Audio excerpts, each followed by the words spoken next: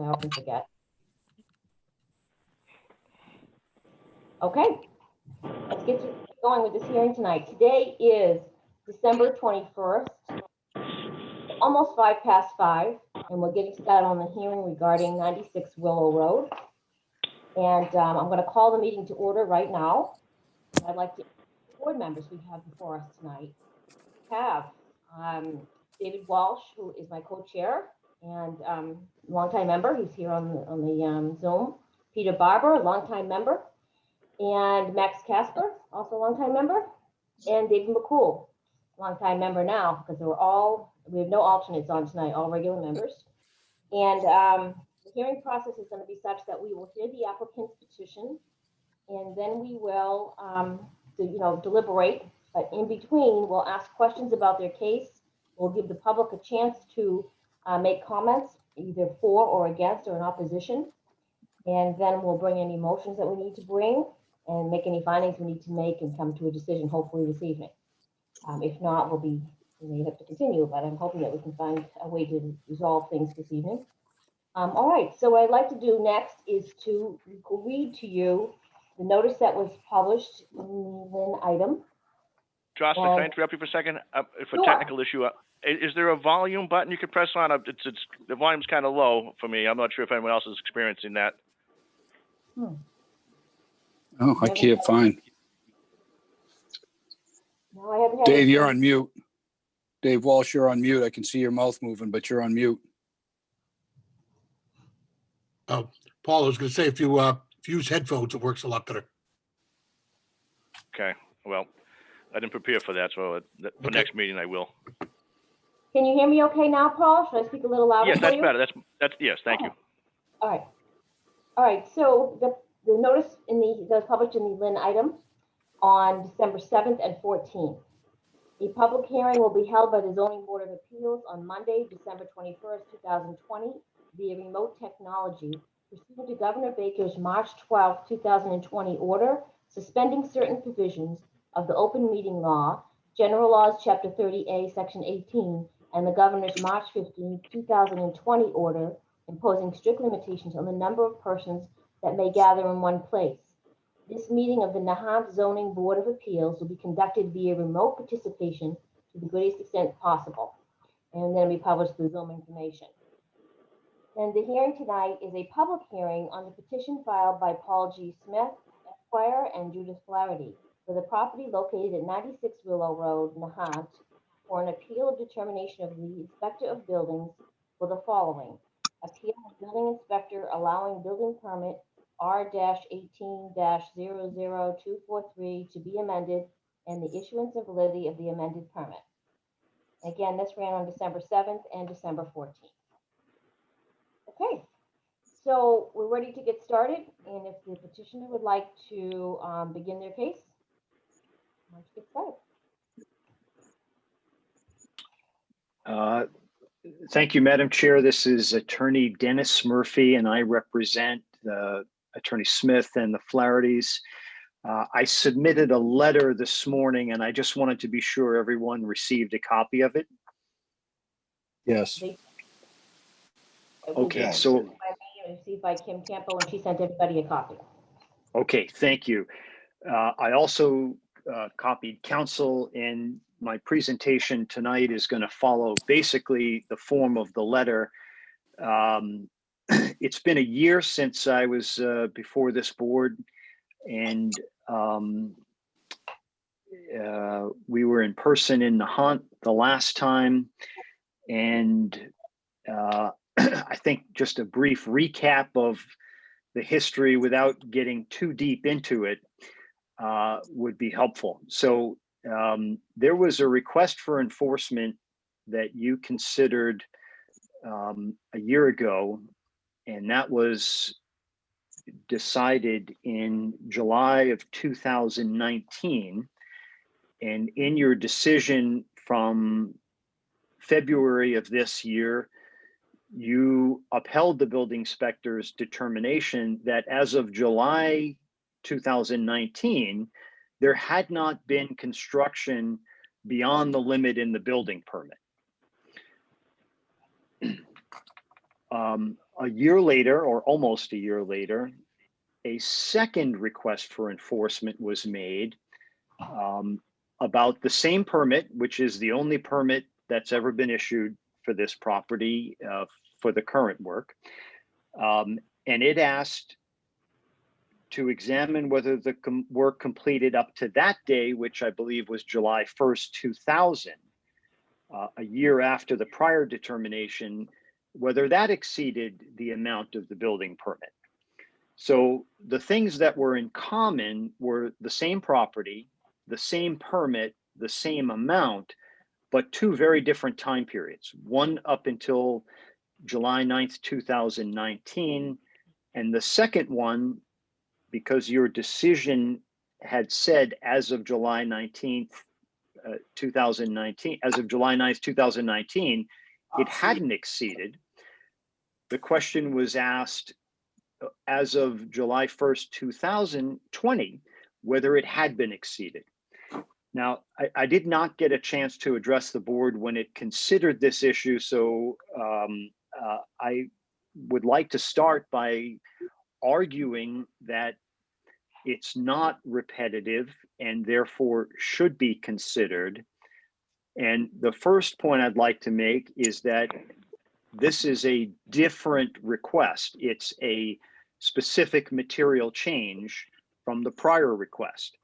So an example of a repetitive petition is when somebody asks for exactly the same thing a second time. And generally, you're subject to a 2-year bar under zoning, whether it's a special permit or a variance. But this is not that. This is an appeal, and it's an appeal from a different request for enforcement. So each time a request was made, the building inspector didn't say, I'm going to deny your enforcement because it's repetitive. Each time he issued a different letter. Once it was dated July 9th, 2019. You affirmed that based on the finding at the time.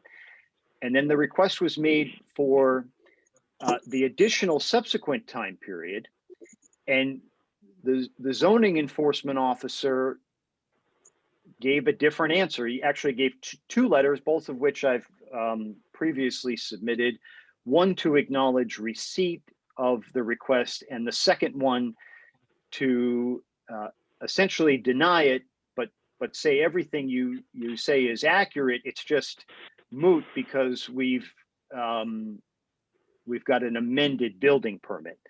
So the point I'd like to make is that this is not repetitive because it is a specific material change. There are two different requests for permits for two different time periods, and therefore it shouldn't be barred as repetitive. The second point I'd like to make on that issue is that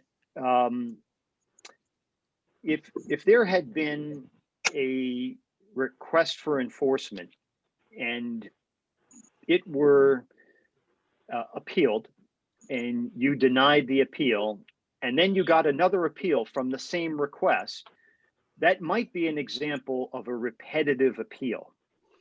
But that's not this case. And I wasn't at the September 15th meeting when this was discussed, and I don't know if that was a clear understanding that the board had.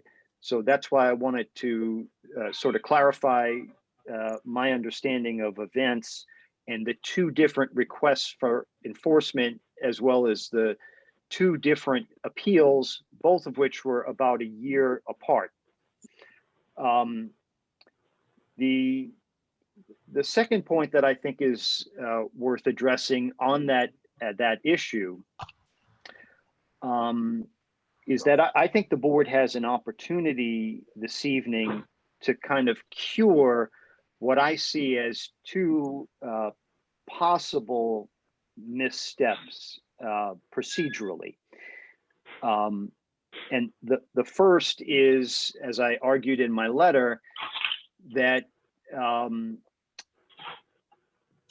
the statute requires notice and a hearing, and we have it now, but I wasn't able to be present because I didn't know about the September 15th meeting.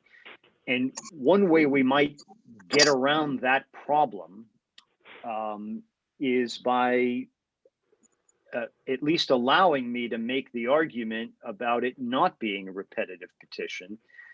The second kind of infirmity or potential infirmity is about the notice for tonight's meeting, which makes no reference to anything I've mentioned so far. It doesn't include the request for enforcement or repetitive petition or anything about that. And, you know, unfortunately, I had notice of it. I'm here, but anybody else who may have wished to attend, I don't know what they knew and how they might know to attend the meeting. So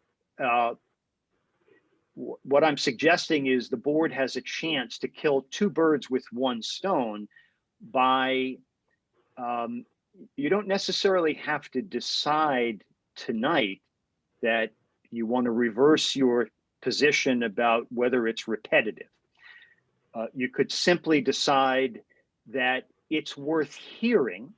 And if you do, put it on and we'll do this at Murphy, can a, I interrupt you for a second, please? Because Sure. we have not prevented you from making this argument. You're making the argument now. Make any argument that you like. We're open to hearing whatever you have to say. Okay, so I no one's appreciate stopping that. you from making this argument. Yes, no, and I appreciate that, Madam Chair. And again, I was just speaking to the board's opportunity tonight to address what I saw as procedural infirmities that I actually tried to work out in advance. There's a lot of, in this case, where the lawyers disagree, but even Attorney Primison and I agree about these kind of procedural defects. And we've both called them to the attention of town council. And I would like, the board now has an opportunity to cure them. Like I said, kill two birds with one stone. And as we By, said, you're welcome to speak about whatever you like. So just go on with your argument. Good to go. okay, thank you very much. So on the point about the request for enforcement,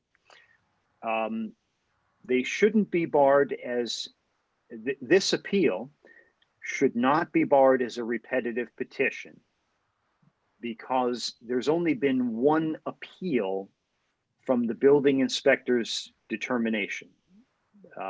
There was a prior proceeding, a different request for enforcement, a different answer, and we appealed that just once. And the board decided at the time that the building permit had not been exceeded. Since that time, my clients live right next door. They know that additional work happened at the property. Attorney Primison knows that the Rizzos have done additional work under that permit. The question is it beyond the limit of the permit? That was the question in the request for enforcement. The last time I believe I appeared before this board, I pulled out a letter tonight from my file that's from a Mark Verrett, a contractor, Fine Home Building. This is signed December 1st, 2019, and it says the cost for the 96 Willow Road is $146,100. Now, my recollection is that number was incorporated into this board's decision from February 28th, 2020. And so I don't think you need expert testimony or a whole lot of explanation to say 146,000 based on Mr. Verrett's signed letter is greater than 55,000, the amount in the permit. So for that reason, I think if you determine that it's not repetitive, then hopefully the remedy is that the original request for enforcement was in fact valid, and it should have been decided that that building permit, the work had exceeded the amount. Now, the question then becomes what to do about it. One of the things that I think everybody on this in this meeting knows is, you know, at some point this has to end, and I have no interest in seeing it prolonged. And I think the question of the remedy is what the hangup is. But before we ever get there, you first have to decide, you know, each of the little steps along the way. And the first one is on this request for enforcement about the value of the work being beyond the building permit. So let me pause there, because the second part of my argument has to do with the amendment to the building permit. And it may make sense, subject to the chair's prerogative, to deal with these issues one at a time, or whether you'd like to deal with them together. Would you please you can continue with your argument. And let's have your whole presentation so we can move forward. Okay, I'll take that to mean that I'll address the other issue about the amended building permit. And thank you for the opportunity to do that. So I laid out 3 reasons in my letter, and I think the most important thing, though, is really just a dose of common sense. We who are the lawyers on this call all appeared in front of at least 2 different judges since the last time I presented to the board. And I can tell you, I don't want to go in front of another judge with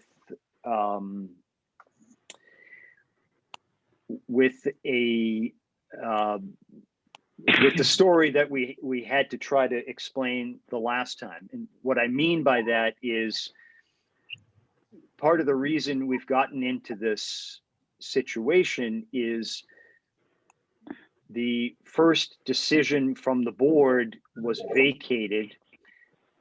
It was then amended and appealed and moved or transferred to a different court. When did that happen? And the issue with amending a building permit while it's in front of a judge, I don't think any of us want to be in front of the judge and say, Judge, what you've just spent your time trying to figure out is now moot because the building inspector has gone ahead and amended the building permit. And so there are legal reasons, and I'm happy to get in more detail from what I stated in my letter. The first legal reason is, under the building code, any power a building official has to modify, and by the way, that's not an express power. There is nothing in the building code that says the word amend a building permit. It is thought that because building officials have authority under the building code to grant modifications, that same authority would allow an amendment to a building permit. The problem is those kinds of amendments are not allowed where the property is in a flood hazard area or coastal dune. I cited those sections. I have them here. You can look them up.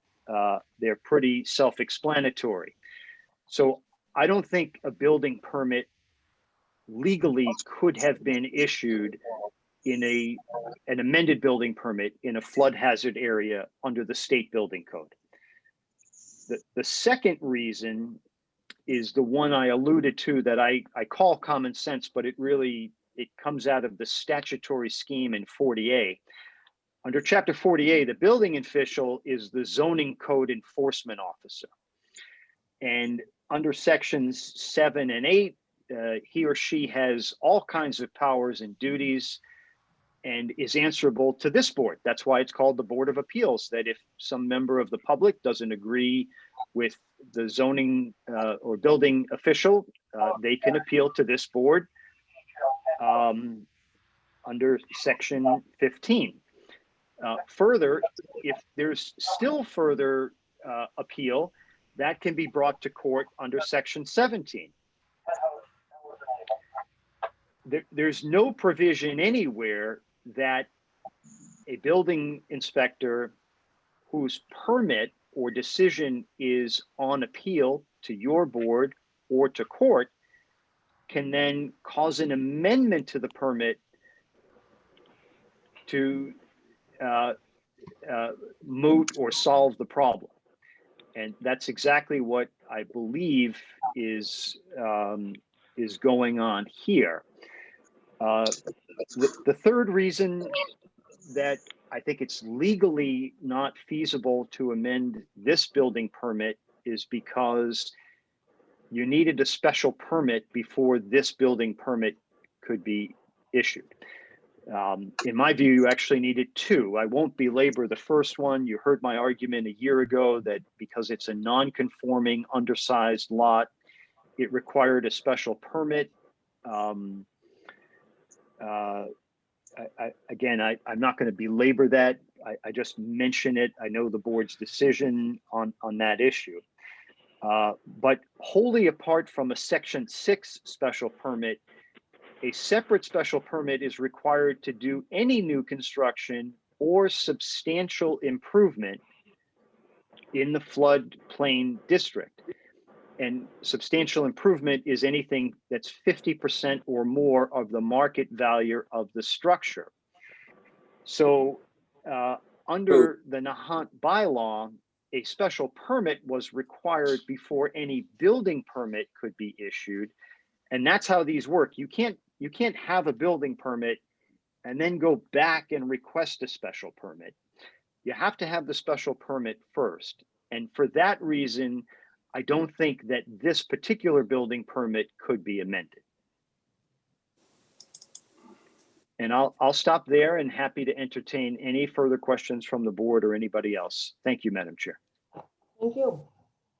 Okay, so at this point in time, I'm speaking to the other members of the board, and that is, would we like to hear, I think that, why don't we hear both sides at this point in time? I think Attorney Primason is here, or Mr. Sorry, Madam Chair, I thought this Attorney Smith, I'd like to add a couple of items, if you wouldn't mind. Jocelyn, can I ask a question to the attorney that just presented first, just before it gets too far past it? Max, go ahead. Question. Just that last point he just made about the zoning bylaw requiring a special permit for a substantial improvement in the floodplain. Can you just give us a reference on the zoning bylaw for the section that you're referencing there? Yes, Mr. Casper, it's 10.5, and I'd be happy to read the language if you want. I have it in front of me. No, you don't have to read it. I just want to look it up. Thank you. Sure, 10.5. Okay, so at this point in time, typically what we do is we ask any questions that we have of the person who did the presentation. Do any members have any questions for Attorney Murphy? So Jocelyn, I'm sorry, Paul Smith, I'd like to add something to the plaintiff's argument. Oh, certainly, go ahead. Okay, so I want to start at the back end here. In order to amend a building permit, any building permit, there's a condition precedent, and that means you have to have a valid building permit to amend. So in this instance, on July 3rd, when my request for enforcement was filed, Bill Inspector found that everything stated in that building permit request for enforcement was correct. And those items were pretty lengthy, but reading just a couple of lines, that this complete gutting and remodeling are work grossly in excess of that which was allowed by the building permit granted on December 11th, 2018. Another line, work in excess of the issued building permit violates zoning bylaw, section 9.2, as well as the building permit itself. And also, it exceeds the 55,000 amount permitted and requires you to rescind or revoke that building permit. So as of the day that that was filed, Mr. Wilson agrees those items are correct. He doesn't have the ability to make this determination on that request for enforcement subject to future activities, something that happens 2 weeks later, 5 days later, 8 days later, a month later, and say, oh no, everything you're right, but now we've changed it. We've now moved the goalpost, so to speak. So the condition precedent is not there. There is not a valid building permit to be amended. Now, let's just be, put everything on the table. Everyone knows from the outset that the project was vastly understated. Everybody knows that. And the reason it was understated was so that it could comply with the 50% rule. And everyone, Mr. Rizzo included, held steadfast that it was 55,000, even though I had an expert who signed an affidavit under the penalties of perjury that it was 330,000, and he provided detailed documentation, invoices, statements, sizes of windows, all of the things that were required by FEMA, rubbish collection, disposal, the siding, the cost, the labor, the increased percentage that's supposed to be put on there by the state labor code. And that's what you had in your possession. You had no documentation whatsoever till December 5th. And on December 5th, you got a letter that says, yeah, it's 146.1, but no backup documentation, which clearly would have shown you that this was well in excess of 55,000. So at that December 5th continued hearing, you had in your possession, right in front of you, statements that it was from Mr. Rizzo and his contractor that it was 146, but you chose to ignore that. And then instead, what you did is you said, okay, I'm going to set the artificial date as July 9th, the date of Wayne's letter.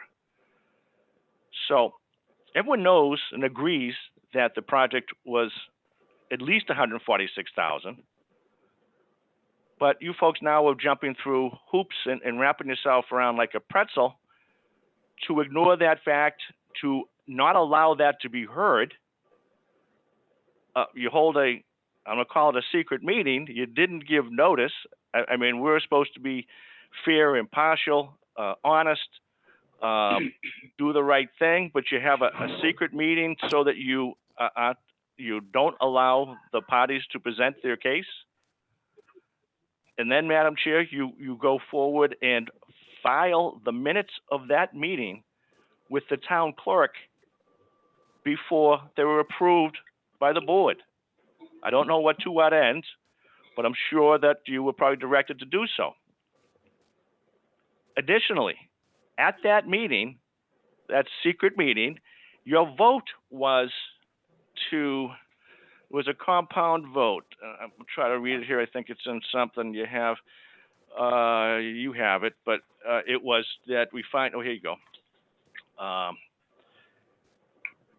Constitutes a repetitive petition and is to be transferred to the planning board for a hearing on this issue. So that's what was presented for a vote.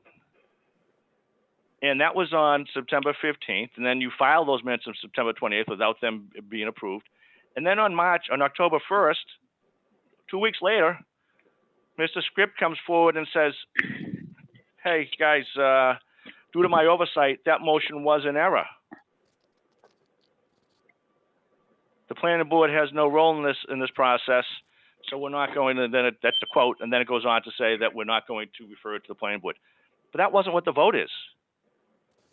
The vote that maybe folks on your board would have voted differently had the actual vote that was supposed to be in front of them because referring to the planning board on this issue for a hearing on this issue suggests that this is going to be heard in a public meeting, but it wasn't. And so 2 weeks later, Mr. Scribb comes in and says, yeah, no, only half of that motion is good, but it's still valid. I suggest to this board that is not the case. It is not valid. It is totally inappropriate to take that as an approved motion when in fact it's changed 2 weeks later.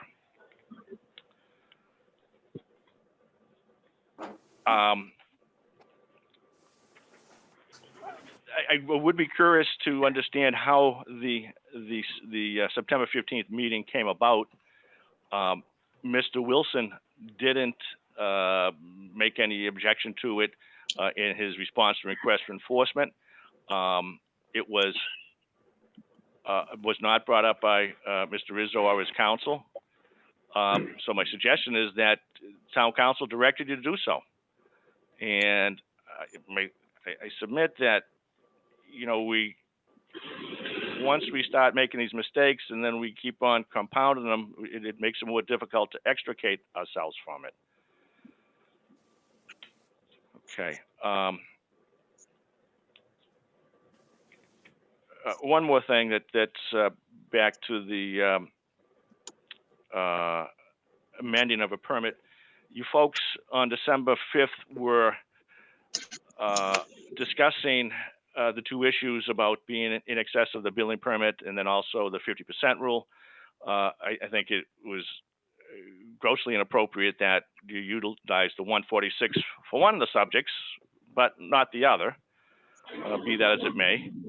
But then you went on to have a discussion and the question was asked, and Max, about because he is the building inspector in Swampscott, whether he had, about amending permits.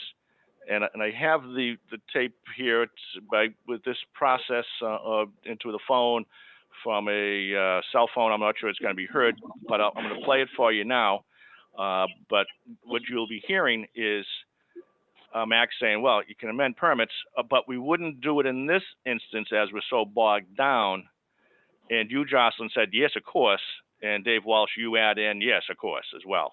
So I'll try that for you. It's just to remind you folks of your prior comments. Hold on a second, please.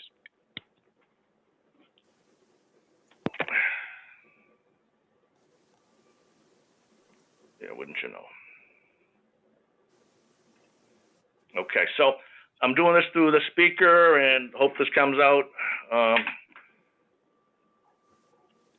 55,000, and you overspent on it, then you want to resolve the permit. No, you can amend it. You can amend it. Adjust the price. I know. But you know, this is something we have all down on this, we wouldn't amend at this point. Right. Right, exactly.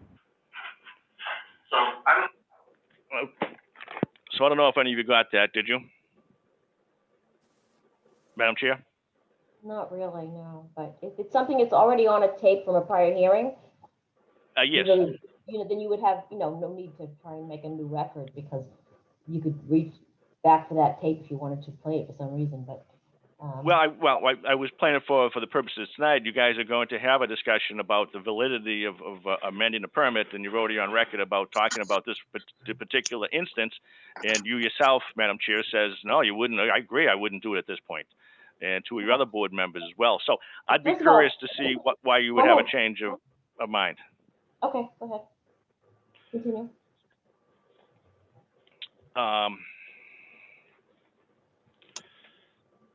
All right, that's all I have for now, Madam Chair, but I would, actually, one more thing. I want to reiterate for the record that all of the issues and complaints and concerns that the plaintiffs had against the one and only original permit, that if this board should tonight suggest that the amended permit is appropriate and valid, that we reiterate all of those same complaints against the original permit against this new amended permit. And they are voluminous. And one more thing, Madam Chair. what's Yeah. been going on here is the moving of the goalposts, the hiding of the P. We don't want to hear this because it's not good for our side, type of thing. This isn't appropriate for a town board like this. But what it's ultimately doing, it's victimizing and hurting lots of folks. It's hurting us, the abutters, and it's hurting Mr. Rizzo. He's been led down a path that takes too many wide twists and turns, and it's going to be a lengthy and costly approach. Should you amend this permit, this is just going to be an amended complaint.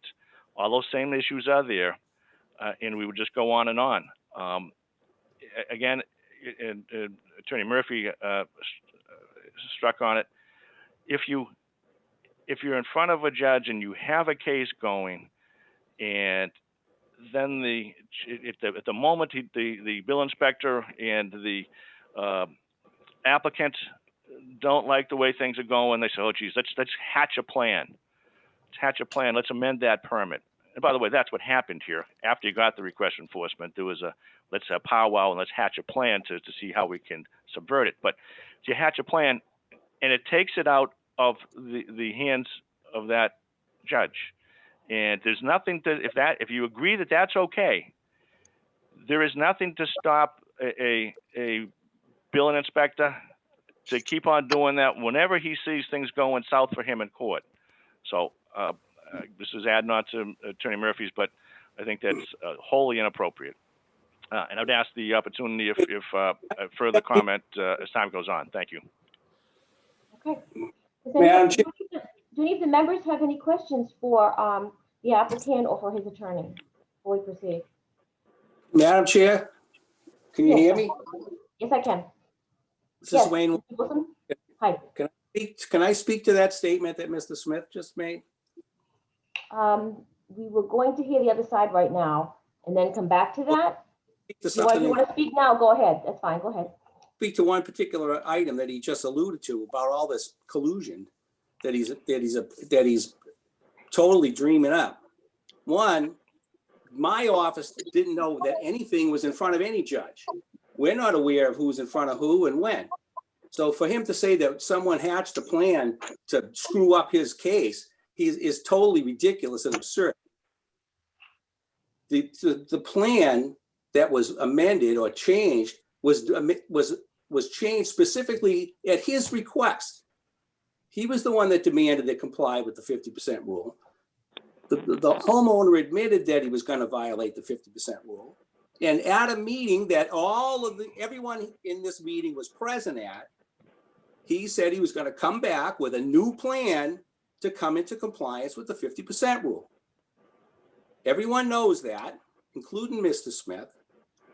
And when he came to my office with that new plan that complied with the 50% rule and a new number, which was an amended estimate for the construction costs, then the building permit was amended and as such. And there was no discussion at any meeting that I was present at about whether or not a building permit could or could not be amended.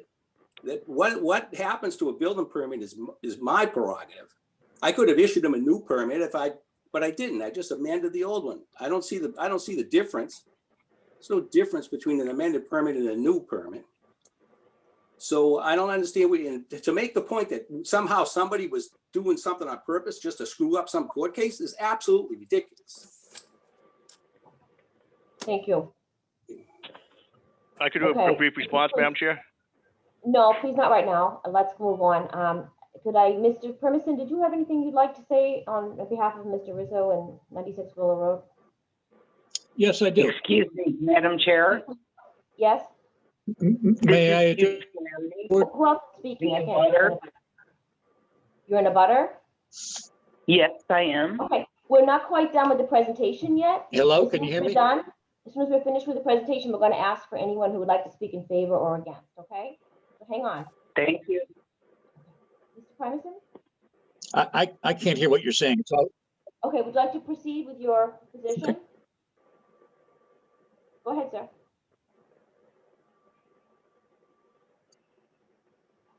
generally, Mr. Smith's position seems to be that a homeowner who wants to comply in full with the zoning bylaw and the FEMA regulations, because his home is in a flood zone, can't do that.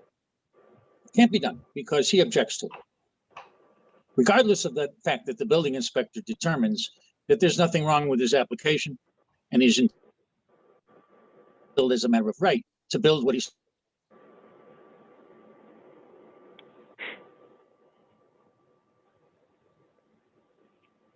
Mr. Primison, I think he froze. I shut him off. He got involved in respect to his original project. And this board ruled, in essence, to the effect that he probably wasn't going to comply.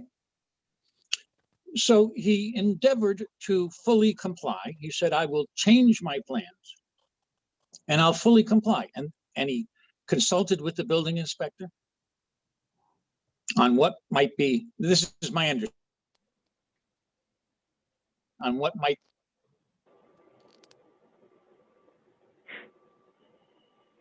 his Mr. Primuson, you've been freezing, so you might want to who try then said calling new in.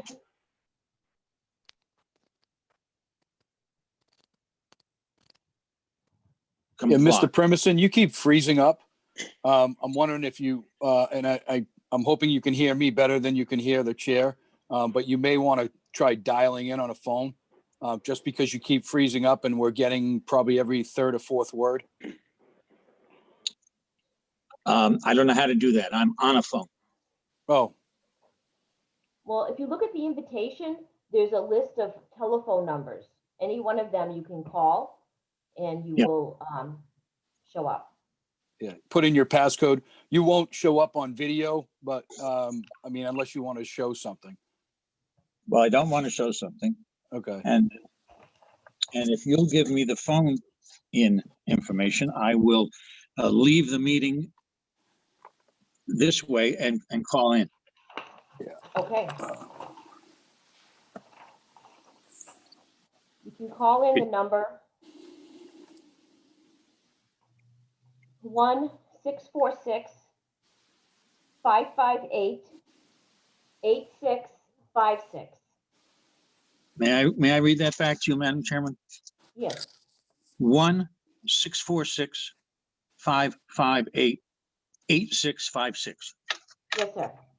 Okay, You need a passcode. Passcode? The I need a passcode, passcode. usually you have to put that in, yes. The passcode is 246714. Okay, I'll make an effort to do that right now. Okay, thank you. We'll place on hold for a minute while he's doing that.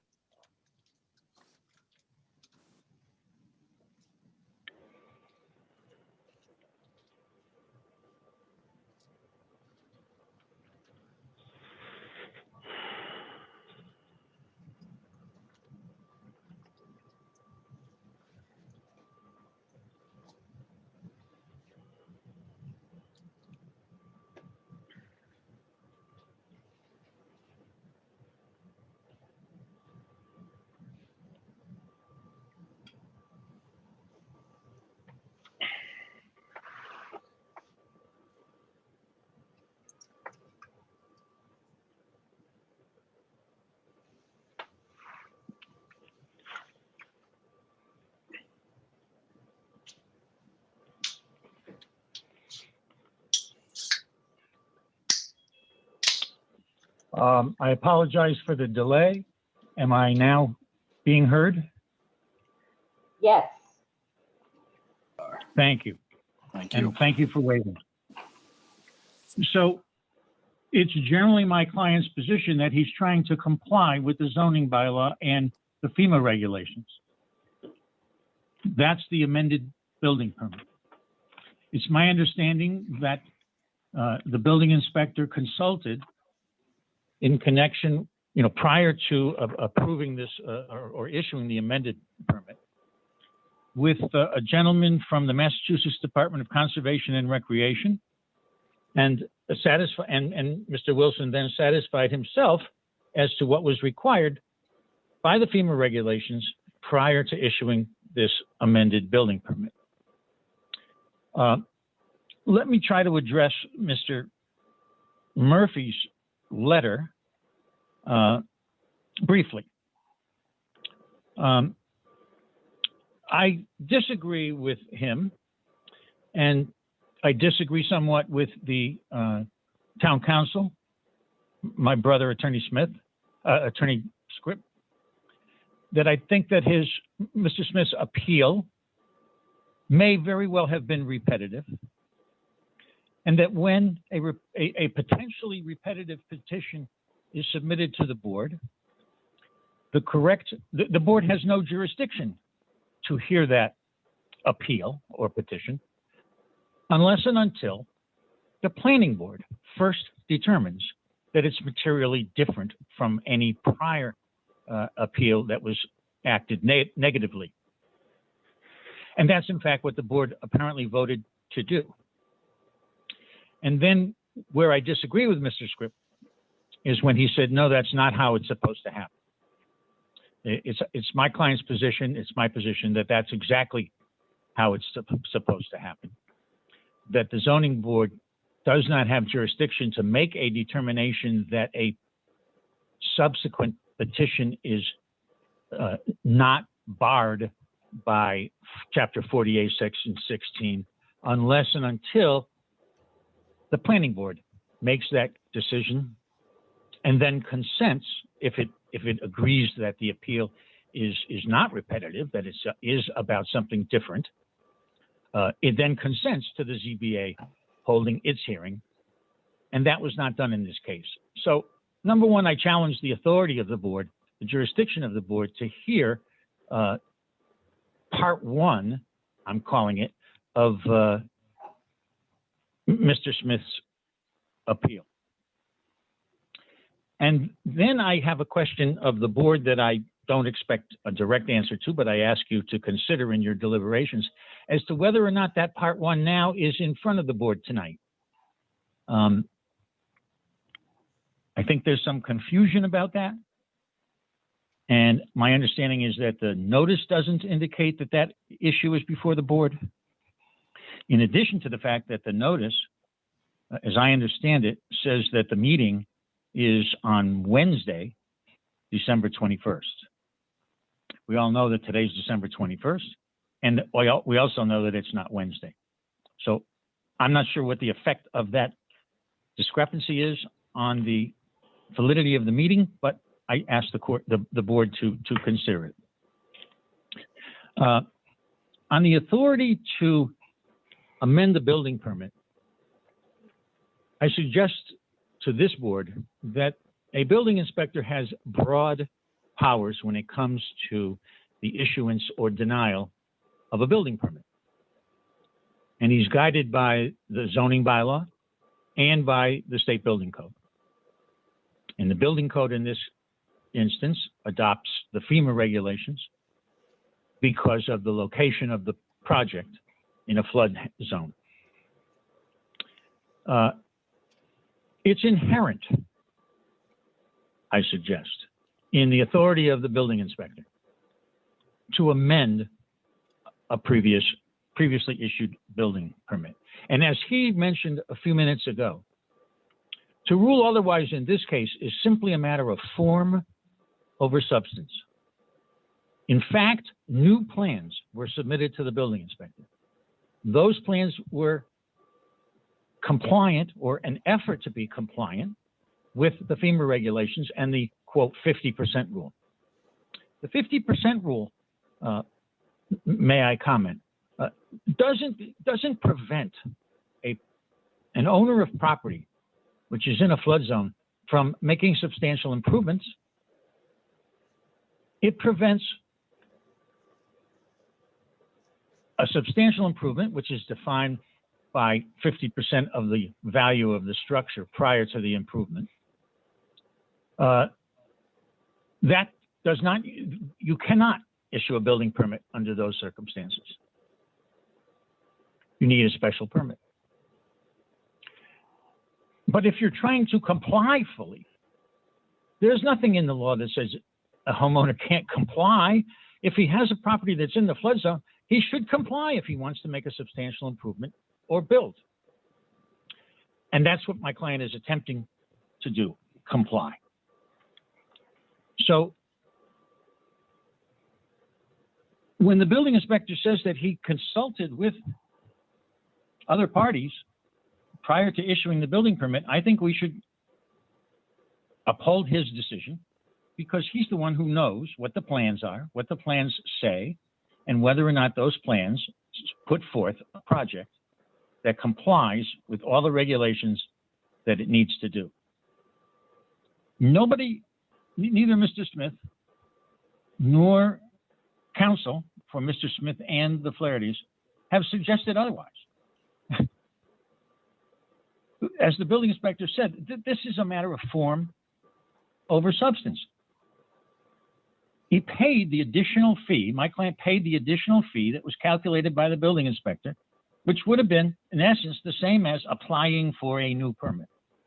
And he could have applied for a new permit, but the building inspector, in his discretion, and I suggest to you that it's inherent in his powers as building inspector to do this, he says, no, I'll look at this amended situation. I'll figure out how much the fee is. I'll see that you pay the fee before issuing a building permit. And that's what took place.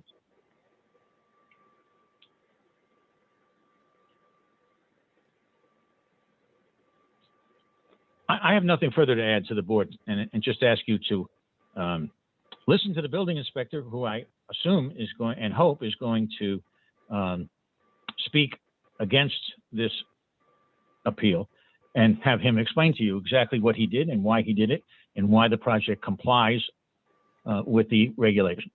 Thank you. Okay, thank you.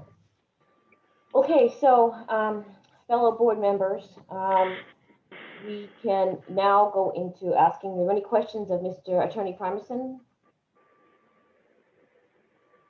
from the board members? Peter, you're on mute. Just a quick question. David, He said you said he disagrees with Attorney Scripp on one point. Could you just clarify what? Because I didn't hear you disagree with him on anything. I agreed with him when he initially advised you that the appeal may be repetitive and that it should be referred to the planning board. When he changed his mind, or when he came to a different opinion and so advised you, that's where I disagree with him. You're saying it should have gone to the planning board? I am saying that, yes. Okay. Because what I'm saying is that if the appeal is not materially different, and it's within 2 years, then the board is prohibited by 48 Section 16 from hearing the appeal. But the board doesn't make that decision initially. The planning board, after a full hearing with notice to all the parties interested, makes a determination as to whether or not it's different and in a material way, and therefore not repetitive. So when the planning board is deprived of that opportunity, the statute says they have to give their consent to the ZBA to hold the hearing. Our position is that it should have gone to the planning board. They should have heard what Mr. Smith's appeal was about and how it was different. And if they agreed with him, they could grant their consent to the ZBA holding this hearing tonight, which they didn't do. That's my position. Okay, can I ask a question of Attorney Script? Can you tell us why it is you felt that the planning board did not have to hear that? Oh, I'd be happy to. First of all, I need to point out, this is not on the agenda tonight. This is not part of your deliberations. The decision has already been decided. The plaintiffs or the complainants have they've made their record. So when if and when it does go to appeal, they can argue that.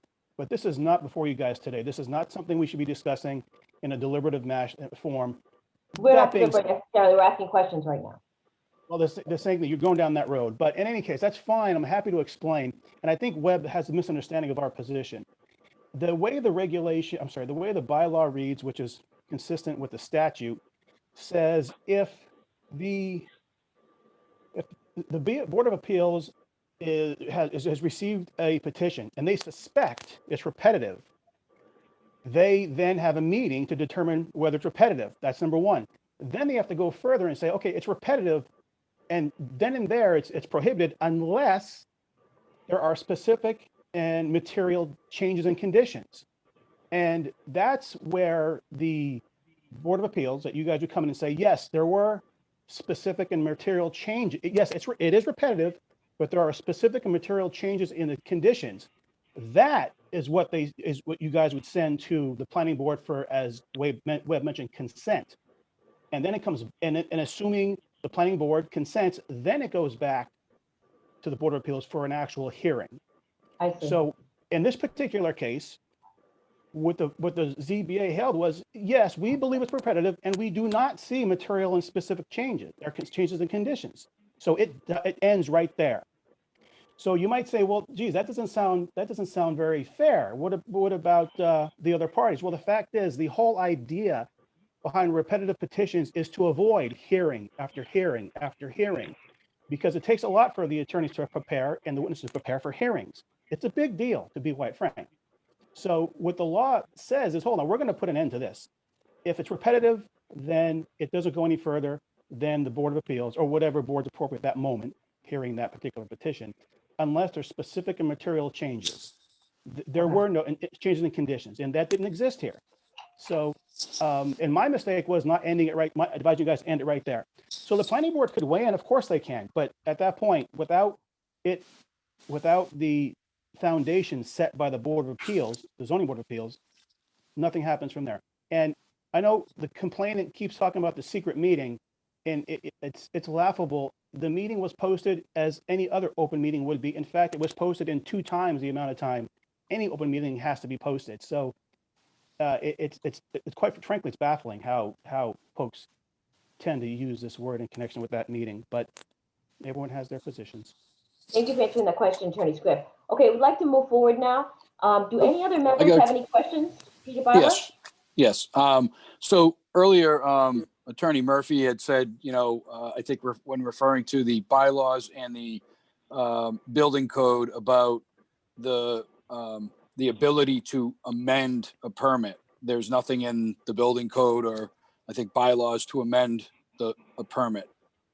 Is that what you said, Mr. Murphy? Or Yes, that's correct. That the only thing in the state building code that could be construed as authority for amendments to a building permit is the building official's inherent authority to modify the building code. So a building official can grant modifications for individual cases, provided they find that the special individual reason makes the strict letter of the building code impractical, and the modification is in compliance with the intent and purpose of the building code. But the problem is that's not available because the very next section says the building official shall not grant modifications to any provision related to the flood hazard area, which is what we're dealing with here. Okay. So aside from that, and this is going out, this question is, I started with Attorney Murphy. I want to add the other attorneys in. Is there anywhere in the building code or our bylaws where it says a building inspector can't amend a building permit? Thank you for that question. No, there is not that I'm aware of. So a And building inspector my- has the right to amend a building permit when he feels, I mean, he's the authority having jurisdiction. I'm bringing out my past electricians. I was a licensed electrician until a few years ago. And there's always this, the authority having jurisdiction. Our building inspector is the authority having jurisdiction. Therefore, he's able to, there's nothing that says he can't. He's able to amend and Max, I'm going to ask you because you're also a building inspector. Is there anything that says that Wayne cannot amend a building permit? Could I speak to address that question? Sure. This is Attorney Premison. My understanding is that this happens all the time. Let me take an example of an electrician who is doing work pursuant to a building permit and decides, in conjunction with the homeowner, that some additional work would be nice or appropriate, and it exceeds the scope of the original permit. You're telling me that the building inspector can't amend the permit as long as the work is being done in conformance with the code, to add additional outlets, to change the lighting scheme, to, I don't know. I don't know enough about being an electrician to know what those kinds of things are. And I guess that's my point, is that happens all the time. Doesn't this happen all the time? Doesn't it happen all the time? Yes, it does. I can tell you from, that's what I thought. At least from my experience, that, I mean, not that I pulled that many permits and did that much, work under my own license, but in the years I worked for different companies, yeah, we would go in and hang a ceiling fan in the bedrooms, and they'd say, hey, we might want to put air conditioning. Could you add a couple of outlets? Yep, we got to go back and amend the permit. Okay, so Peter, and then what I'd like to do then is I'd like to ask that question to Mr. Wilson, who is here from the building inspector of Town of Nahant. Mr. Wilson, in response to, can you respond to Attorney Murphy's claim that you cannot amend a building permit pursuant to the building code in a flood zone? All right, so he's referring to modification section of the code. He's misreading what that sentence says. What that sentence says is that I am not allowed to modify the rules relative to construction in a flood zone.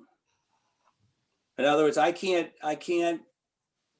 simply, like the argument that's been made from the beginning, is I can't allow someone to build a house if the at the height less than what is required in that particular zone. It's not a matter of, it has nothing to do with the actual building permit. It references to you can't change the rule book. Okay, are you referring to that section R322.1.4?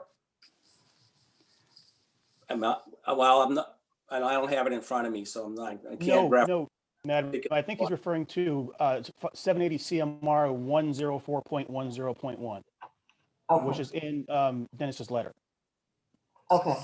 So you're saying that he's basically misread that section, and that you're says that I can't change the rule book, which we're not. This is not what we're doing.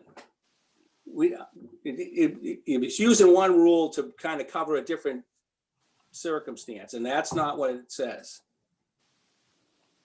Am I coming across? I'm not sure if that explains it. So you're basically saying what they're pointing out in this letter, but they're saying that you would need, you can't basically issue a permit without a variance. But what you're saying, that's not what it means. It means that you can't allow a variance if the variance is outside the FEMA requirements. I'm not sure the use of the word variance is the right word to use here, but essentially. Well, I'm taking it from his letter, without granting of a variance to such provisions. I mean, essentially what you're saying is you can grant the permit, but you you have to, when it comes to a flood hazard, you have to fully comply with FEMA regulations or the building code that says this is a flood hazard and you have to build to this. That's what this is saying. What that means, right? Okay. That's to amend the building permit isn't amending the rules. It's just amending what was written on the permit. Right. Okay. And again, the amended permit is no different than if I issued a completely separate new permit. It doesn't really matter from a building permit standpoint, whether I amended the existing permit or issued a whole new one. I could have done that. I mean, but it Right, didn't so seem like it made sense to do that. So we just, Wilson, do you want to yes, tell us what your thoughts are on all of this right now before we move into any further questions? I'm not sure my What's thoughts your on. position? What are your position here? You issued an amended permit. All right. Well, let's start at the beginning. The homeowner attempted to skirt the 50% rule. He admitted that in a hearing in October, if I remember correctly. Well, I don't remember the exact date, but he admitted that he was going to go over the 50% rule. And he said, okay, you got me. I'll come into compliance. I'm going to come back with another set of plans that are going to make my house comply. What else can I do? Yeah, you caught me. And he did. He came back to me with a new set of plans that show compliance with the floodplain rules relative to his house, which essentially all it really amounted to was that he has to fill in his basement and make flood openings so that the water can flow through. That's essentially the only material change to his plan is that he can't have a basement anymore. His first floor elevation is above flood zone. So he didn't have to raise up the whole house, didn't do anything special. He's got an existing foundation there. He needs to fill his basement and cut openings in it in order for the water to flow through. That's the modification, essentially.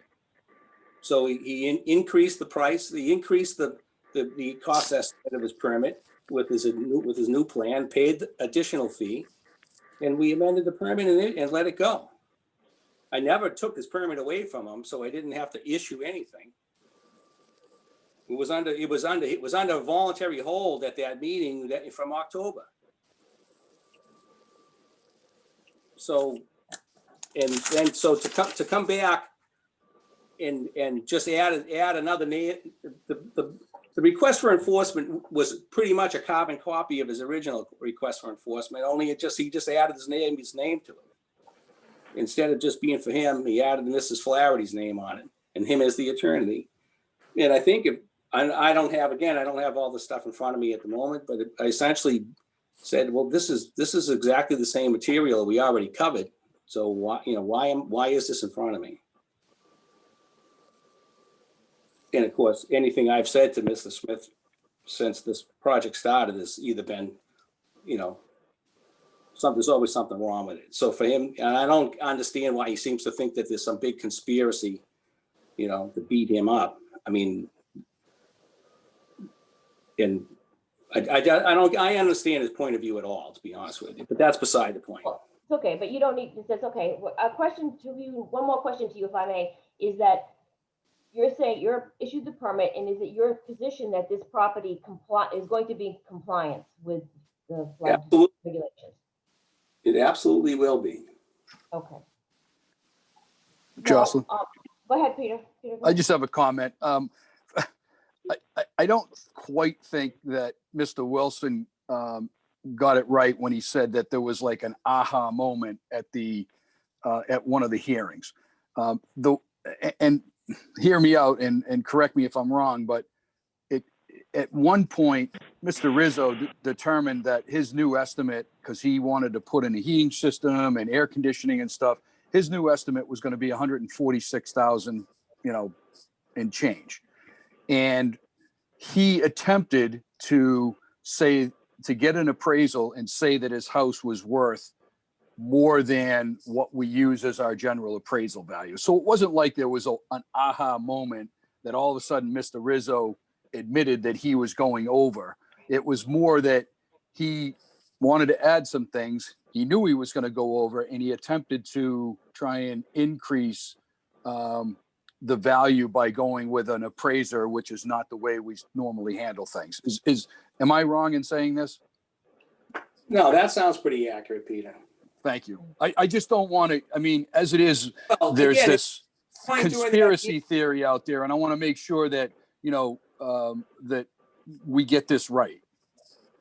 Okay, can I ask another question? And that is of Attorney Murphy. Yes. Can you, Yeah, this is David Walsh. Had one, okay, Mr. Murphy had mentioned that zoning, the 10.5, section 10.5 of the Board of Appeals would apply to this property. When I look at the plans, I don't think it does, because the building is more than 11 feet above mean sea level. And it specifically says, for new construction, substantial improvements to a structure to be erected on a lot 1/2 acre or less in size, continuous and surrounded on all sides by lots with existing structures constructed below 11 feet. And when I look at these plans and I look at the FEMA report, I think it's called the FEMA report, the elevation certification, both of them showing that this building is above 11 feet.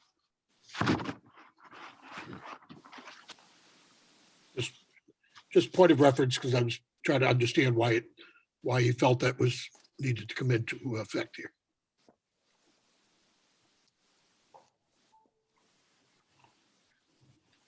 Would you like me to respond to that? Certainly. Yes. Okay. So the way I read 10.5, and then I think it is written in the conditional. The special permit granting authority may grant a special permit. I think that presumes that the ZBA is the special permit granting authority. As provided in section 9, which I believe refers to chapter 40A, and in accordance with the minimum standards of 10.4, which is the prior section.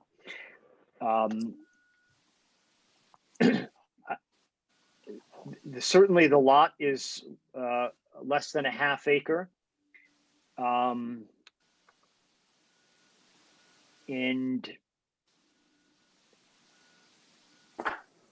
I'm not sure that, are you suggesting that a special permit, you can do anything you want in the floodplain, new construction, or a substantial improvement if it's 11 feet 1 inch? You don't need any special permit?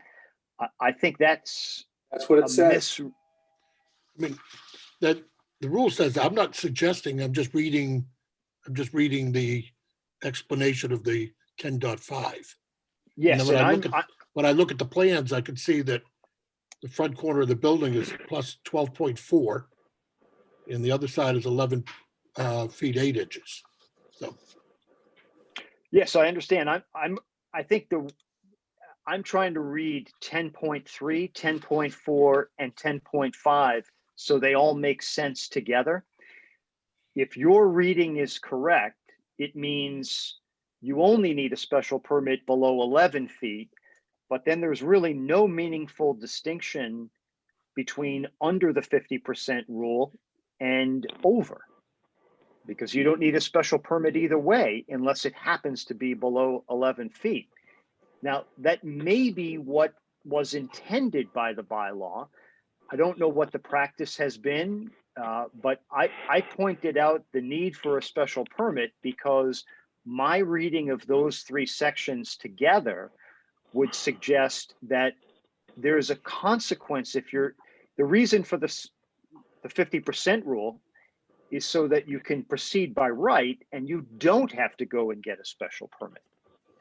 I'm not sure what other purpose it would serve. So I agree that language is ambiguous, and I don't have the plan in front of me, but I trust your reference that it is 13 feet or whatever you said above 11.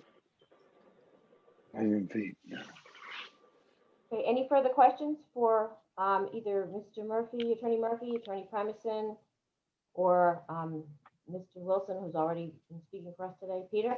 One more. Go sorry. ahead, Max. Nope, go ahead. Yeah, for Attorney Murphy, if this was a newly issued permit and not an amended permit, would you still be taking issue with it? Are you taking issue with the amendment piece? Is that what this hinges on for you, or is there more to it in that you don't think that you can like interject new permits into an ongoing matter? I'm curious your thoughts on that.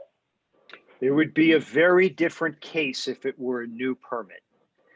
I wouldn't have arguments about amending a permit that's on review in front of, at one time in front of two different courts. We wouldn't have the issue about the power to do modifications in a flood zone.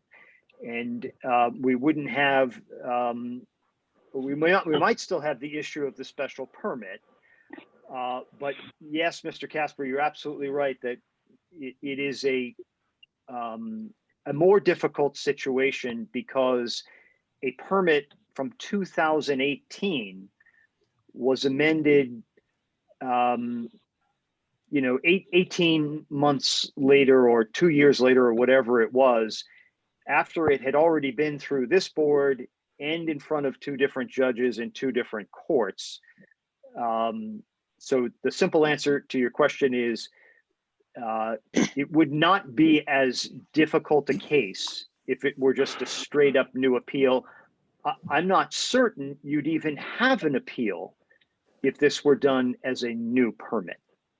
But, to Wayne's point, issuing a new permit and amending the permit in this case, like substantively would yield the exact same results. And that's where I am hung up on, like, so then what is the issue? Because he could have just issued a new permit, he chose to amend it, and that's not, there's no substance to doing that one way or the other. So yes, now the issue, Mr. Primason, Attorney Primason phrased it as form over substance.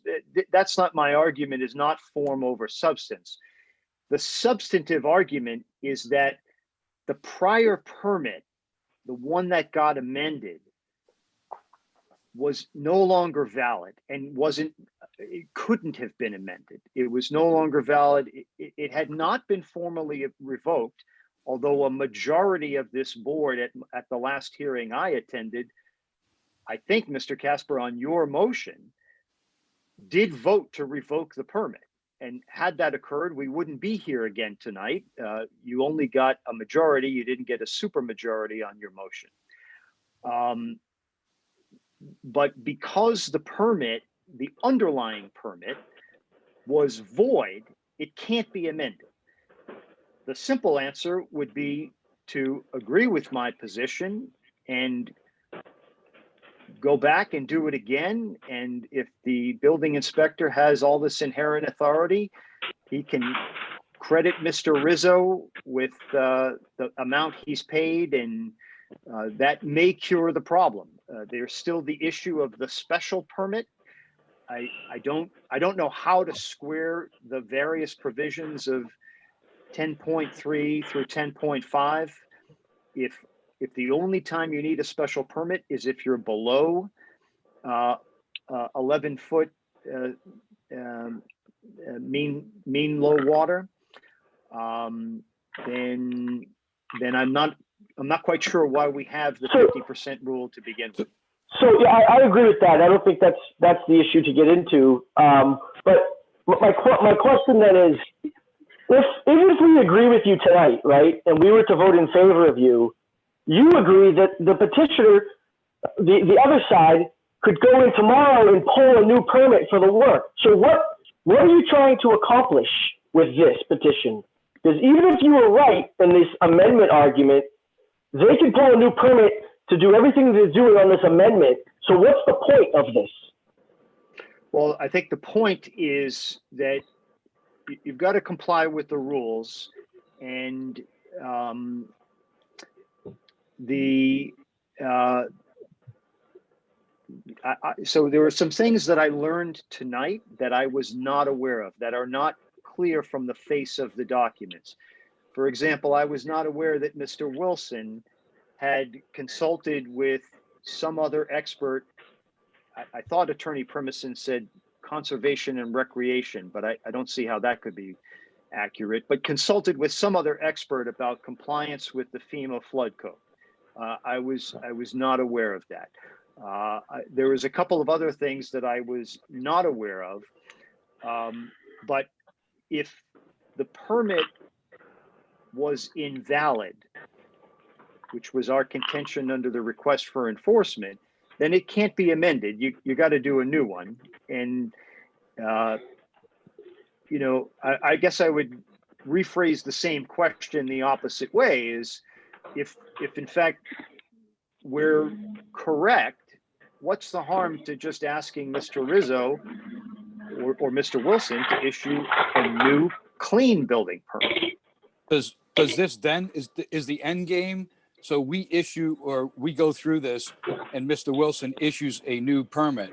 Does this then go away? Like this is your one bone of contention, is that Mr. Wilson may, or in your eyes, have stepped outside of his boundaries to amend a permit when maybe he should have issued a new one?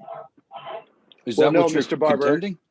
No, there's other issues that are before the court that I alluded to, and I'm happy to discuss them.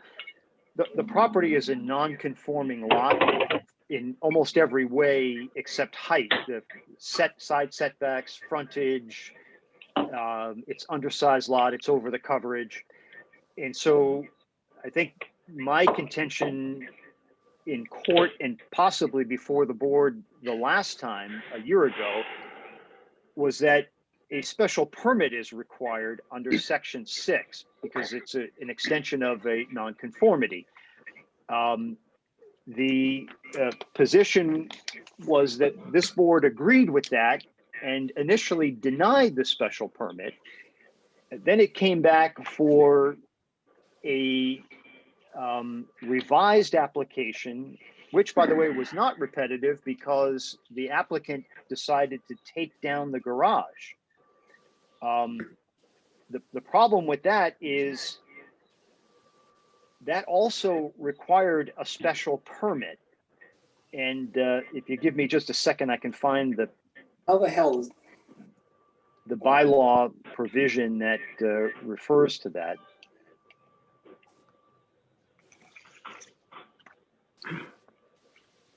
I mean, Attorney Murphy, if I could just kind of settle things here, because what you're referring to is not exactly correct. For example, when the first, I don't want to get into the history to that degree because we're here to discuss a certain issues tonight, and we're going to be here till midnight if we take that approach. The prior decisions are on record, and there initially was a decision where, involving the porch, and we at that point in time denied the relief requested by the Rizzos. So I'm not sure why. I don't know if we need to get back into that particular decision again tonight. Peter, did your question get answered? Yeah, I mean, I go back to the, I think the other attorney, when he first started, he basically said that they're looking to comply. I mean, the problem is that, he started off with a project, he changed his mind, he increased his project, now he's complying with FEMA. And I don't understand what the end game is. Is it simply because the permit didn't get filed properly? That's a good question. Attorney Murphy, how is it that you feel this property doesn't comply with FEMA regulations? Well, or the floodplain regulations. Yeah, so the property is non-compliant in that it's an undersized lot. It has less area than is required. It's grandfathered because it was built before that zoning. It also has insufficient frontage. It's excessive lot coverage. And incidentally, the section that speaks to that is 7.03E that says notwithstanding other requirements of 703, no structure located on a non-conforming lot may be removed and replaced elsewhere on the lot. So the reason that the removal of the garage doesn't cure it is because that's just one of several zoning. Murphy, that doesn't answer the issue of it has nothing to do with the floodplain regulation. How are you determining that this property is not in compliance with the flood regulations? You're talking about your position that the property is non-conforming. We're all aware of your position on that because you've been before us before, and respectfully we appreciate your position. And we had decided against that because of the fact that the Bellata case came out and we determined that there were no new non-conformities on the property. But now you're saying that that is the reason why it doesn't comply with the floodplain? I just need to understand that. Oh, let me just be very clear. If a special permit is required under any provision of the bylaw, whether it's the floodplain or non-conforming lots, then you have to have that special permit before you can have a building permit, whether it's a brand new one or an amended one. So I think that same issue is present today. The issue with the floodplain in particular is my reading of section 10.5, which represents 10.4 and 10.3. For those sections to make any meaning, if you're going to do a substantial improvement or new construction, you've got to have a special permit. I realize the language does make reference to 11 feet, and I accept that the plan says that it's above that, but that's a very, I think a very restrictive reading of the bylaw, because then it doesn't make sense if you're in the floodplain, then you can just pull a building permit for a substantial improvement or new construction, just like you could for the 50% rule. And then what is the purpose of the 50% rule? It actually serves no purpose whatsoever. Okay, I appreciate your answer. Anyone else have any questions for Attorney Murphy or Attorney Primerson? No? Okay, at this point in the hearing, I'm going to ask if there's anyone present. I want to make sure I unmute people in case they want to speak. Is there anyone here who would like to speak in favor or in opposition to the application? And I'll take those who would like to speak in favor first. And if you're going to speak, please state your full name and your address. Make sure you're unmuted. Robert Rizzo, 96 Willow Road. I'm the owner and I'm in favor. Mr. Rizzo, I think you'd be on the, well, I'm going to take anybody who wants to speak in favor first, so give me a minute. In favor of the request for enforcement. Anyone else here who would like to speak in favor? Make sure I tried to unmute everybody, but they keep muting themselves. I think it means because they don't want to speak. You have to assume. Okay, so nobody has actually asked to speak. Getting any chats or anything. Okay, is there anyone who would like to speak in opposition of the applicant's request for enforcement? Robert Rizzo, 96 Willow Road, and I oppose Paul Smith and Judith Flattery's petition. Okay.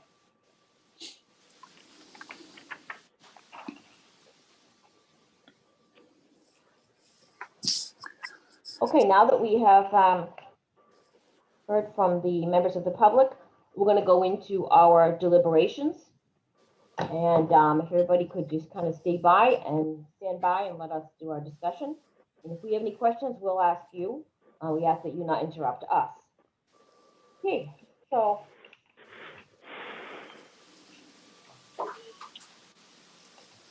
the issue before us tonight. What does everybody think? Where does everybody at? I guess we need to talk about what findings do we need to vote on in order to deal with the Enforcement Act. Okay, so I think what we should probably do is come to a consensus really about these findings. I'm going to make some suggestions and then we can decide which way to go with each one. I think that we need to make a finding really whether or not the question here really was whether the amended permit is valid, but prior to that, whether the property it was in compliance with that 10.4. And if it is, then there's no need to go to 10.5 in our zoning bylaws. It's one of the ideas. Another one would be whether we're going to affirm or deny the building inspector's or revoke the building inspector's determination in this matter. All right, so we probably deal with the building inspector's decision first. Well, first, I think we should. Do you want to talk about the compliance first to see whether the property was in compliance? Then that will help us to make that decision. Okay. Does everybody have section 10 of the zoning bylaws that I did send to everyone? I made sure that Kim sent out a most recent copy of the zoning bylaws. Yeah. Okay. So if we look at 10.4, for example, there are 5 sections here. And the first one involves the state building code. 2, 3, and 4 involve wetlands, and number 5 involves Title 5, which is septic. So 2, 3, and 4, we all have copies of the orders of conditions, which state that the wetlands don't apply. Does everybody agree with that? Correct. Yes. And then, so really, obviously, you have town sewer. So the section that we probably need to consider is number 1, which is whether it's compliant with the state building code regarding floodplain and coastal high areas, maybe. And if we take a look at that. Which section are you looking at right now? 10.4. 10.4? 10.4. All right. Yeah. So, I mean, it looks like 1 and 4, right? Wetlands, the coastal wetlands restriction. I mean, 1 would apply. 2, 3, right. And we have the Concom orders of conditions everybody should have that right. state that wetlands are not applicable to the property. Right. So. And does that include coastal wetlands? She doesn't say. She says wetlands. Okay, so it didn't. But at this point, they're complying with the Concom, requirements, and according to Wayne, and he did consult somebody that the Rizzos are complying with section 10.4, section 1, which is the building codes where it addressed floodplain, correct? I believe that was his testimony. If you want to ask him again, Mr. Wilson's still with us. Thankfully, we can ask him. Yeah, Wayne, right? You're attesting to that? Yes. Okay, great. Thank you. No one has even said anything to the contrary. I haven't heard anyone make a case that it's not, that the new amended permit is not consistent with the building code. I felt like his argument over 10.4 is that he's basically saying that any substantial improvement requires a special permit. And I see how he's reading into that, but I don't agree with that conclusion. That'd be a major decision, that anytime someone does a substantial improvement on a house in the flood zone, they need to first come to the zoning board. I don't think this section 10 is well drafted. I should say that first off, so I can understand why people are reading different things out of it. It's not very good, but I don't think that the intention is that any substantial improvement comes to the zoning board for approval. So that I don't think it's about is this compliant, because no one has said that they're not meeting the substantial renovation, substantial improvement sections of the building code. Right? Nobody made the argument. Right. So essentially, what I guess they're saying is there should have been a special permit issued first because they're doing a substantial amount of work to a house, right? And I'm looking over and I see Mr. Murphy shaking his head. So that's what they're saying is we're required to have a special permit, or I should say the Rizzos are required to have a special permit because they're doing substantial work to a property that happens to have a small section of the front lawn in the flood zone. No, he also said that I think that it's ambiguous and it's not clear that that's the case, but that's his reading of it. But I don't agree that that's the intent of the bylaw for every substantial improvement to get a special permit from the zoning board. That's not what I'm reading it as. I think we'd be meeting every night of the year if that were the case. All right, so the question is, were that to be true, then would we be putting the cart before the horse if we decided to grant a special permit? No one's seeking a special permit. We can't grant a special permit. We can't anyways. No one's requested it. It hasn't been applied for. Okay. But isn't that what Mr. Murphy is saying, that there should be a special permit, that it is a opinion? Well, that's how they're reading. That's how they're reading 10.4, 10.5. Okay, that's what I'm just asking. Zoom meeting. What's that? But that's not how I'm reading it, and it sounds like that's not how Max is reading it. So the question becomes, how are others on our board reading it? If we understand it to not mean that there should be a special permit, then we find that, our finding is we disagree that a special permit is needed. Well, I'm agreeing that we don't need a special permit. That's why I brought it up originally. So does anyone feel that a substantial improvement in the flood zone on its own, that being the only issue, requires a special permit? Does anyone feel that way, Jocelyn? No, I don't. Okay. I don't either. So is that our finding? Well, I think that's I think we should make a finding as to that. That would be helpful to the ultimate decision. All right, I'll make a motion that we have made a finding that the sections 10.4 and 10.5 of the zoning bylaw does not require a special permit for every project that's every substantial project in the flood zone. Does that sound right? I would tailor it to this particular project, and instead of being so broad, that's all. In other words, you're looking at this particular project and saying that it doesn't require it. Yeah, but it's neither here nor there. The finding is that section 10.3 and 10.4 and 10.5 do not say that whether it's this project or any project, this doesn't say that we're required to have a special permit for. I think that's a good basic finding to start with. Yeah, I don't think if we start talking about this specific project, Dave, then we're kind of honing in on this project. The idea is that we right now are in agreement, or at least I'm making a motion that we're in agreement that 10.4 and 10.5 does not mean that for every substantial project in a flood hazard area requires a special permit. Okay, I'll second that motion. Okay. Okay, any discussion on the motion amongst the members?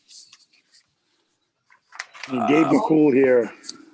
I mean, I agree, like 10.5, because of the elevation certification that was submitted, I don't believe it doesn't require it under 10.5. I mean, if there's back to 7.3, I couldn't really find where this project would require a special permit.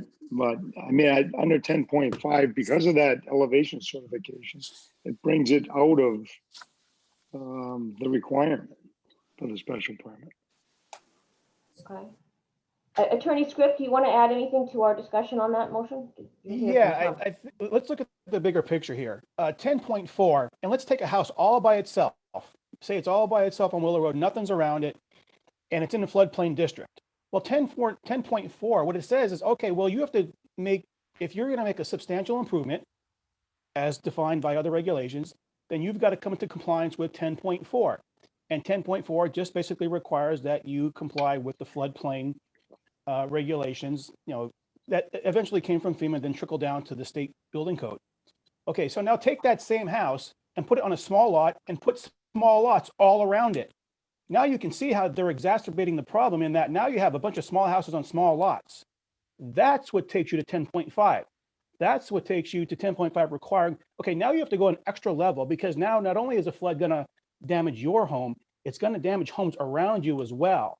So in that particular case, and as Dave Walsh mentioned earlier, he's honing in on the language at the end of the first paragraph, talking about not only about construction below 11 feet above the mean sea level, but if you look a bit before that, it also talks about small lots and all of the lots around the particular lot being small lots, okay?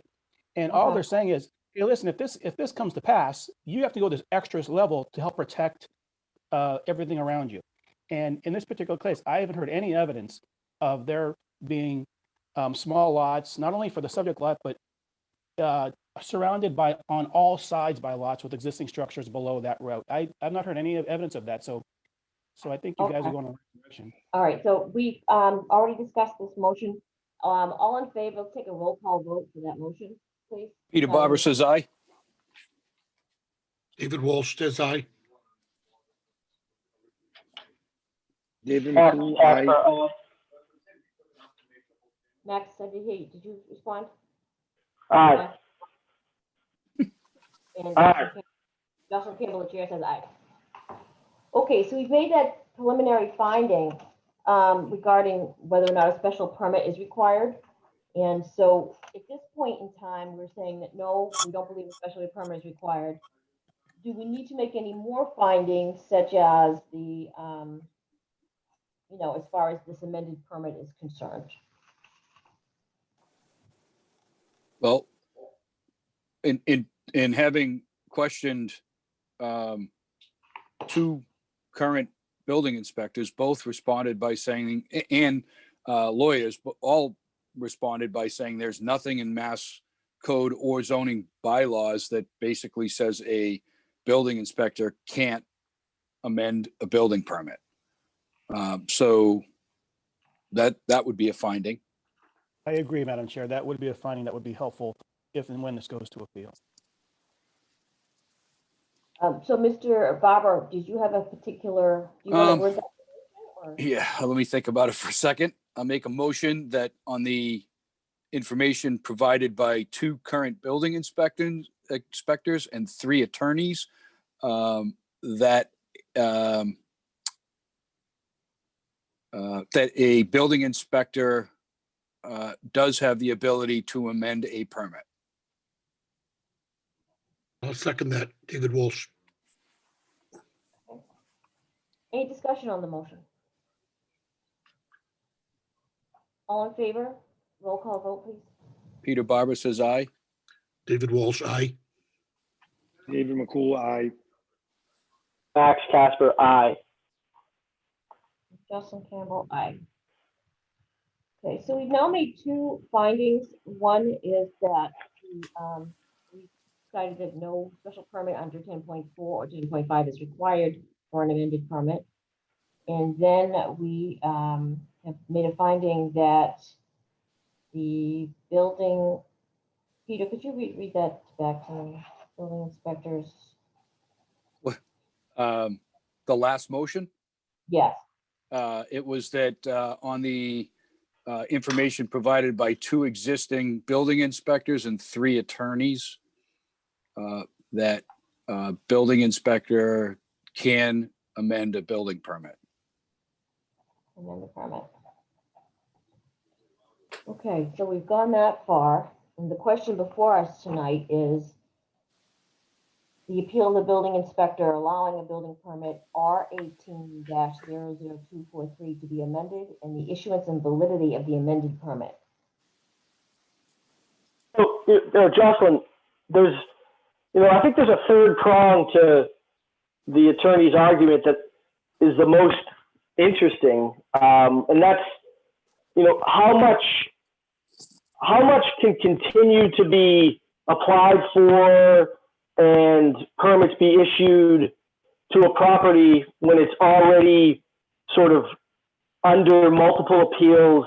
Is there a limit to when things need to pause, right, at a property so that the issues that are being worked out can be worked out?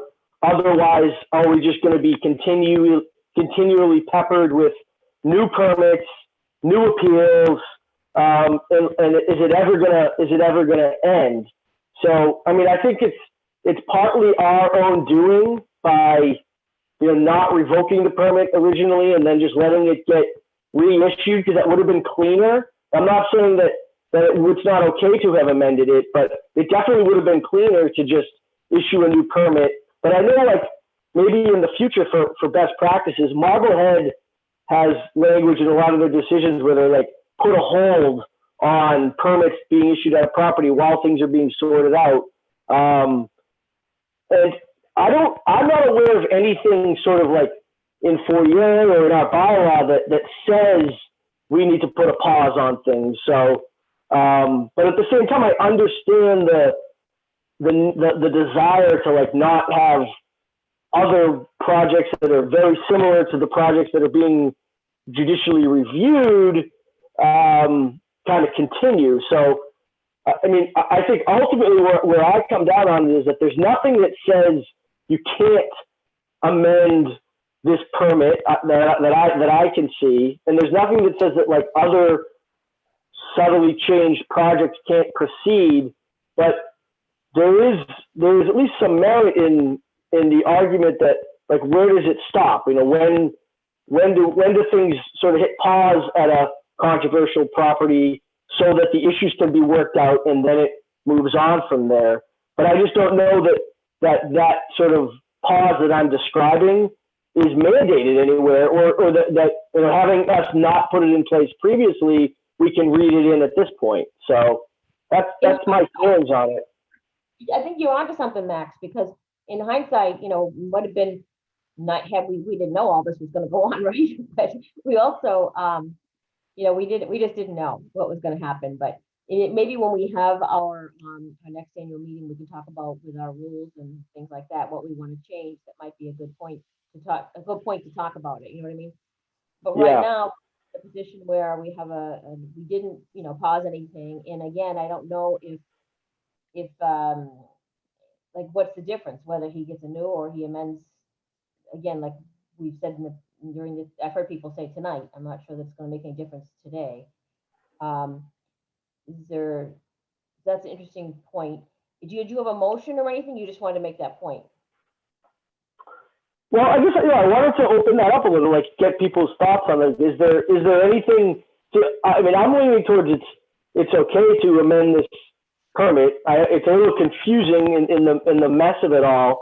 But does anyone feel as though that it's problematic for work to continue at a controversial property while other issues are being resolved? I guess because I think that one of the things I would say is, well, how can this person come into compliance if we don't let them amend and put their property into compliance? How would we do that? Madam Chair, I can help out with this. If you'd like to chime in, you're welcome to. Yeah, well, starting with your point, and it's a good one. It's that I don't know any judge in the Commonwealth that wouldn't be happy to have one less case on her docket. And resolution is the way these cases go away without actual trials. And this is one avenue of resolution. So to the extent the parties are arguing, or at least the complainants are arguing, that you can't amend the complaint to cure defects that they brought up, it's just not logical to me. But more to Max's point, and where does it stop? There's nothing in our bylaws or the Board of Appeals rules and regulations that prevent it. In this particular case, if Attorney Murphy or Mr. Smith were unhappy with the issuance or the potential issuance of a new another amended permit, they could go to Judge Barrett in Essex Superior and look for an injunction against any more amendments to this permit. They have that power. And Judge Barrett has the power to say, okay, that's it. We're sticking with the permits that are issued now. No new amendments or no new permits until I give the go-ahead, I being the judge. So that's how it could be handled in this particular case. In the future, as the chair mentioned, you could consider more changes to the rules and regulations. But as of now, there's nothing stopping the complainants from going to the Essex Superior Court and seeking some form of an order, which I would think they'd be hard pressed to get, but they can ask for it. Thanks for your input. But that's wait a minute, but that's in order to put a stop on permits and new permits or amended permits. The problem is they already have an amended permit to basically take them through the entire project. I mean, Right. unless they decide to change something. That's what I'm getting at. Something in the future. I mean, right. I think to Max's point is, here we have a situation where I think there's still 2 outstanding lawsuits. I don't know what they. Well, actually, there's one as of today. Oh, okay. There's one Yeah, 2. outstanding lawsuit. I'm not sure exactly what that one pertains to, but here you have a project where you have this lawsuit, and at the end of the day, if when the lawsuit kind of calms down, it could be well after the fact that Mr. Rizzo has completed his project. So Max, was your point like a cease and desist from a court order, or? No, I'm not. I was just seeing if anyone had any concerns about that, but I'm not hearing any. I'm not concerned of it to the point of saying that we need to vote favorably to this petition. I just wanted to make sure no one else shared that sort of avenue of concern. I mean, when I ask the question, what's the end game here? I don't see what the end game is. I mean, we have a person that's doing a major renovation on their house. They tried to, or they changed their plan, and they ended up having to go and do 100% compliance. They are now moving in that direction, or building in that direction, I should say, and we'll have 100% compliant house when they're completed. So I don't understand, I still don't understand why we're still here discussing it. I want to say, I don't want to say it's semantics, but it's a new permit versus, maybe a new permit would have made it more clean and easier, but the building inspector, at least from what I understand, under his purview, is able to amend a permit, and that's how he chose to do it, instead of, here, go fill out this form, come back, hand me the same check, hand me all of, the same plans. And that's what he chose to do. And I think the homeowner is going to comply. So I don't know what the end game is at this point. I'd like to ask a question if I could to Dennis. Go ahead, Dave. Without opening up Pandora's box and not dragging this on for another 20 minutes, what is your client's wish?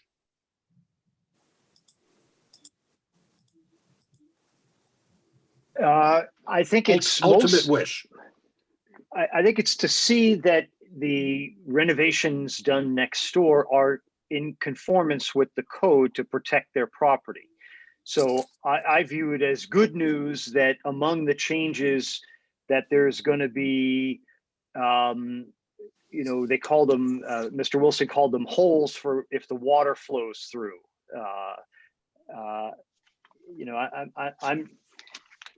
I don't have the sophistication to notice every little thing on the plan, but that kind of thing that the abutters consider to be good news, because whether it's holes or breakaway panels or something that makes it so that their properties are protected, that's really their interest. Okay, thank you. Thank you. Such a liar. So are there other, do we need to do another? Do we have another decision to make at this point, Jocelyn? I think we do. I think we need to make a finding concerning, first of all, you know, there's been a lot of discussion about non-conformities. There's some discussion about that. There's been discussion about the special permit. We've already talked about that. The idea that a special permit might be required, but we determined that it is not. And we've also determined that the building inspector has the right to amend the permit. And I think that we should probably make two findings here. It depends on everybody's consensus. One is that we're not seeing any new non-conformities here from previously. And two, that we either affirm or deny or revoke the building inspector's determination.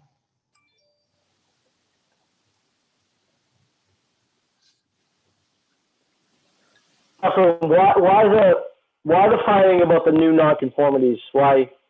Well, maybe we don't need to make a motion about that. It's just an idea. I don't know. We could go just right for the affirm or deny, in my opinion. You're right. Max, I can answer you in that one, if you give me a moment, Madam Chair. Okay. Because we don't even have plans in front of us that we're reviewing for conformity or nonconformity. But go ahead, Ben.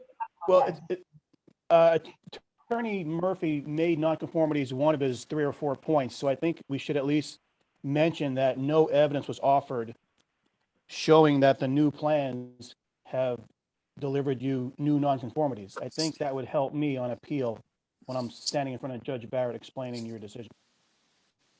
All right. So we make a finding that no new evidence was presented that would indicate that there was any more non-compliance with the plans. The amended plans. Amended plans. Yeah. Thank you. Dave, you're on mute. That's stopped. I like that language is fine. Okay. I'll second that motion. Okay. David Walsh has seconded the motion. Is there any discussion on that motion? All in favor of the motion? Roll call, please. Peter Barber says aye. David Walsh, aye. David McCool, aye. Max Casper, aye. Jocelyn Campbell, aye. Okay, so we just have really one motion left. And anyone want to bring a further motion? I'll make a motion that we deny the petitioner's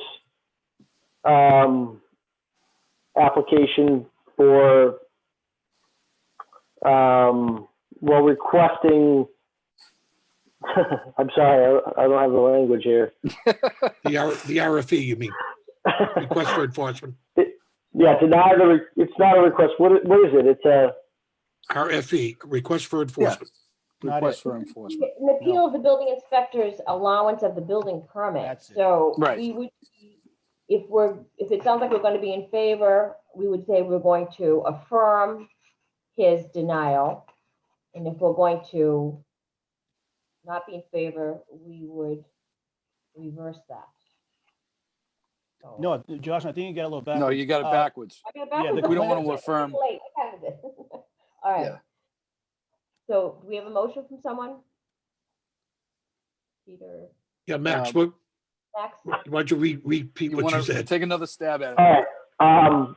I make a motion that we deny the petitioner's appeal of the building inspector's issuance of an amended building permit. That's it. I'll second that motion, David Walsh. Any discussion on the motion? I think based on the findings that we've come up with, the reasons why, we shouldn't. All in favor, roll call, please. Peter Barber says aye. David Walsh, aye. David McCool, aye. Max Casper, aye. Jocelyn Campbell, aye. Okay. Is there any other motions that we need to bring tonight? I don't think Madam Chair, I'll we just have to do any more. make Well, in a essence, note. by denying the appeal, we are affirming the building inspector's decision. Correct. Is that fair to say? That's Okay. correct. Yes. Right. Madam Chair, one note, point of order, if you don't mind. Sure. Shoot. In the deliberations, just make clear that the previous finding the ZBA made in September 2019 pertaining to the repetitiveness of the first half of complainant's petition will be in the decision that is eventually issued after today's hearing. That's all. It's not a motion, it's just to get that on the record to make sure it's clear. Okay, should we have a motion for that, Attorney Smith? No, it's just in case it'll be in the minutes. And so everyone listening to this hearing understand that that will be part of any basis of appeal that Attorney Murphy might want to take. Okay. Do we need to incorporate that in terms of a vote or no? No, the vote's already No? made. It's already fine. It's in minutes already produced. All right. So if that's that, then I think we're at the end of our hearing tonight, and it is now 7:05 p.m. And do I have a motion to adjourn? I'll make Yes. that motion. Wait a minute, before we adjourn, almost forgot. Make a motion to adjourn. I'll We second have the to let motion. the petitioner know that there's a 20-day period of appeal after the decision is filed with the clerk. And your appeal can be to the Superior Court or the Land Court, but may be filed in the District Court according to the actual rules. Motion to adjourn, please, was by Yes, Yes, Peter I seconded Barber. it. Peter Barber, seconded by David Walsh. Yep. Any discussion on the motion? All in favor, roll call, please. Peter Barber says aye. David Walsh, aye. David McCool, aye. Max Casper, aye. Jocelyn Campbell, aye. Thank you, everyone, for your hard work. Thank you. Thanks, Thank you all. Jocelyn. Merry Christmas to everyone. Merry Christmas, happy holidays. I can say that and still part of the meeting. Right.